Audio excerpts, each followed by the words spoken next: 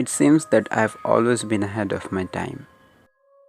এই শব্দগুলো হলো ইতিহাসের সবথেকে মহান বিজ্ঞানী এবং ইনভেন্টরদের মধ্যে একজন, স্যার নিকোলা টেসলার। তার আবিষ্কারের কথা আসলেই আমরা সবার প্রথমে মনে করি এসি বা অল্টারনেটিং কারেন্টের কথা। বাট আসলে তার নামে 42টি আবিষ্কারের পেটেন্ট রয়েছে এবং না জানি আরও কত আবিষ্কার যেগুলো তিনি পেটেন্ট করাননি। তিনি প্রথম আবিষ্কার করেন রিমোট কন্ট্রোল, যখন তিনি ইউএসএ ম্যাডিসন স্কোয়ারে একটি জাহাজকে রিমোট কন্ট্রোলের মাধ্যমে চালিয়ে দেখান। নট অনলি দিস, তিনি এক্স রে এবং রেডিও নিয়েও গবেষণা করছিলেন। এছাড়াও তার এমন অনেক আবিষ্কার ছিল যেগুলো কখনো পূর্ণ হতে পারেনি। বাট তিনি যদি সেই আবিষ্কারগুলোকে সম্পূর্ণ করতে পারতেন তাহলে আমাদের পৃথিবী আজকে অনেক অ্যাডভান্স হতো। নিকোলা টেসলাকে বলা হয় দ্য ম্যান অফ ফিউচার, কারণ তার সব আবিষ্কারগুলোই ছিল তার সময়ের থেকে অনেক এগিয়ে। তার সব অসম্পূর্ণ আবিষ্কার যদি বাস্তবে হতো তাহলে আমাদের বর্তমান পৃথিবীকে সায়েন্স ফিকশনের দুনিয়ার মতো লাগতো।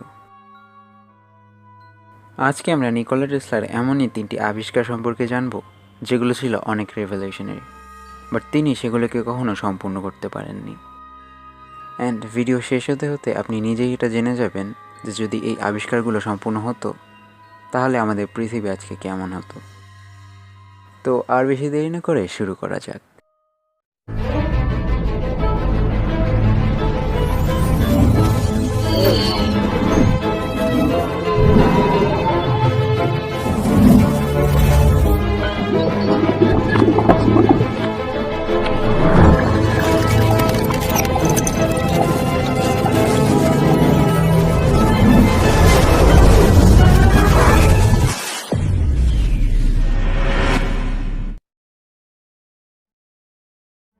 Number 1, thought camera.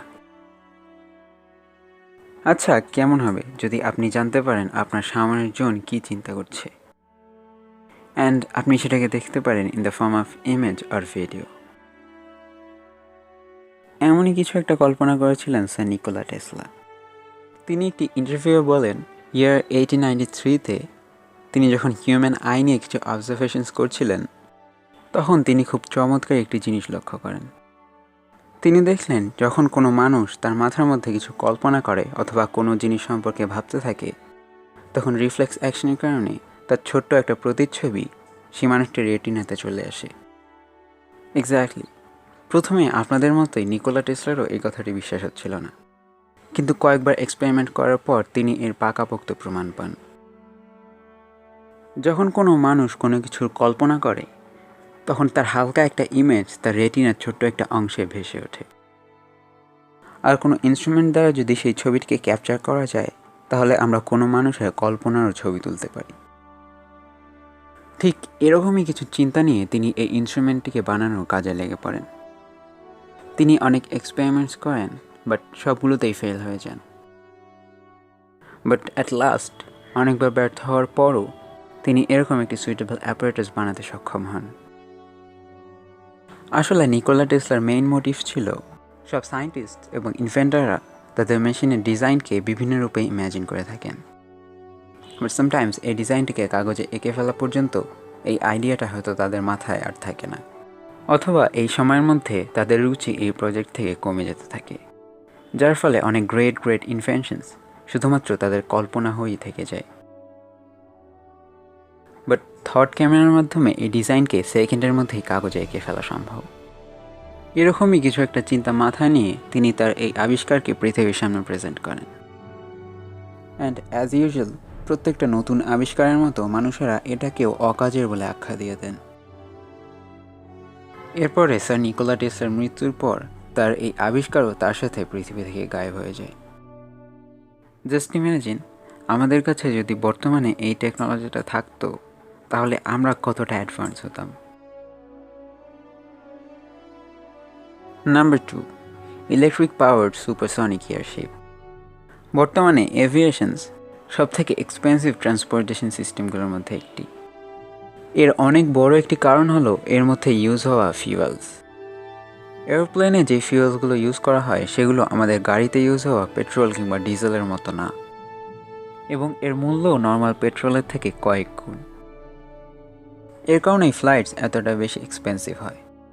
Not only this, এই ফিউয়েলকে ক্যারি করার কারণে প্লেনের ওজনও অনেক বেশি বেড়ে যায়, যেটা প্লেনকে অনেক বেশি স্লো করে দেয়। বাট হোয়াট ইফ এই এরোপ্লেন চলার জন্য কোনো ফিউয়েলের প্রয়োজনই হতো না? আমরা বলতে যাচ্ছি যদি এরোপ্লেনও বিদ্যুৎ কিংবা ইলেকট্রিসিটি দ্বারা চলতো। অ্যাকচুয়ালি নিকোলা টেসলা এমন একটি ইনভেনশন করেছিলেন যাতে আকাশে উড়তে থাকা এরোপ্লেনের মধ্যে থাকা একটি ডিভাইস গ্রাউন্ডে থাকা পাওয়ার প্ল্যান্টের সাথে কানেক্ট হয়ে যাবে, যেখান থেকে কনস্ট্যান্ট ইলেকট্রিসিটির ফ্লো হতে থাকবে, যার মাধ্যমে সেই প্লেনটি আকাশে উড়বে। এই প্লেনটি ডেভেলপমেন্টাল স্টেজে থাকা সত্ত্বেও এটি নর্মাল প্লেনের থেকে দ্বিগুণের চেয়েও বেশি গতিতে ছুটতে পারত। আমাদের বর্তমান টেকনোলজিতেও যখন নিউ ইয়র্ক থেকে লন্ডনে আসতে 8 ঘন্টা সময় লাগে, অন্যদিকে টেসলার এই ইনভেনশনের কারণে এই প্লেনটিকে সেম ডিস্টেন্স কভার করতেই মাত্র 3 ঘন্টা সময় লাগত, যেটা অবভিয়াসলি আমাদের কমিউনিকেশন এবং ট্রান্সপোর্টেশনকে নেক্সট লেভেলে নিয়ে যেত। বাট আনফর্চুনেটলি সে সময় নিকোলা টেসলার সাথে সাথে পুরো পৃথিবীর সময়ই খারাপ যাচ্ছিল। একদিকে পৃথিবীতে চলছিল বিশ্বযুদ্ধ, অন্যদিকে টেসলার কাছে না ছিল রিসোর্সেস আর না ছিল ইনভেস্টমেন্টস, যার ফলে তার এই আবিষ্কার অসম্পূর্ণই থেকে যায়। Number 3, Tesla coil. আপনি হয়তো ভাবছেন আকাশে উঠতে থাকা এই এরোপ্লেনগুলোর কাছে ইলেকট্রিসিটি পাঠানো হবে কিভাবে? তারের মাধ্যমে তো নিশ্চয়ই না, তাই না? ওয়েল, নিশ্চয়ই মনে আছে যেটা বলেছিলাম, এটা গ্রাউন্ডে থাকা পাওয়ার স্টেশন থেকে পাওয়ার সাপ্লাই নেবে, অ্যান্ড এই পাওয়ার স্টেশনে থাকবে দি টেসলা কয়েল। টেসলা কয়েল হলো ইলেকট্রিসিটিকে ওয়্যারলেসলি ট্রান্সমিট করার জন্য একটি টাওয়ার। তিনি পৃথিবীকে একটি কন্ডাক্টর হিসেবে ইউজ করতে চেয়েছিলেন। টেসলা এই কাজে অনেকখানি সফলও হয়ে গিয়েছিল। তিনি ইলেকট্রিসিটিকে 2 মাইল পর্যন্ত ওয়্যারলেসলি ট্রান্সফার করতে সক্ষম হয়েছিলেন। তার প্রজেক্ট ছিল তিনি সারা পৃথিবীতে এরকম টাওয়ার স্থাপন করবেন, যার ফলে পুরো পৃথিবীর মানুষ তার ছাড়াই ইলেকট্রিসিটি পেতে পারত, তাও আবার ফ্রিতে। আজকে যে ইলেকট্রিসিটি পাওয়ার জন্য আমাদেরকে টাকা দিতে হয়, টেসলা সেটা সবাইকে ফ্রিতে দিতে চেয়েছিলেন। কিন্তু এরকম সময়ই নিকোলা টেসলার ইনভেস্টর জেপি মর্গান এই প্রজেক্ট থেকে তার সমস্ত ফান্ডিং তুলে নেন। এর কারণ হলো জেপি মর্গানের ছিল ইলেকট্রিক্যাল কোম্পানি, আর নিকোলা টেসলা যদি সবাইকে ফ্রিতে ইলেকট্রিসিটি বিতরণ করতে থাকেন তাহলে তার কোম্পানি অনেক বড় ক্ষতি হয়ে যাবে। টেসলা ওয়্যারলেস ইলেকট্রিসিটির কথা তখন চিন্তা করেছিলেন যখন ওয়্যারের মাধ্যমে ইলেকট্রিসিটি ট্রান্সফার করার টেকনোলজি ঠিকমতো ডেভেলপ হয়নি।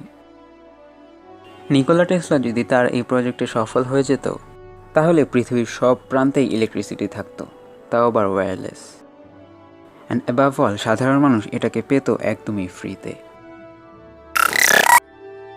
এতে কোনো দ্বিমত নেই যে স্যার নিকোলা টেসলা ইতিহাসের সবথেকে বুদ্ধিমান সায়েন্টিস্ট এবং ইনভেন্টরদের মধ্যে একজন ছিলেন। বাট তিনি অতটা বিখ্যাত ছিলেন না, আর না কোনো ধনী পরিবার থেকে ছিলেন, তাই তিনি কখনোই তার ডিজার্ভিং সাপোর্ট পাননি। যদি তিনি তার সব প্রজেক্টে সফল হতেন তাহলে আমাদের পৃথিবী আজকে কয়েকশো বছর এগিয়ে থাকতো।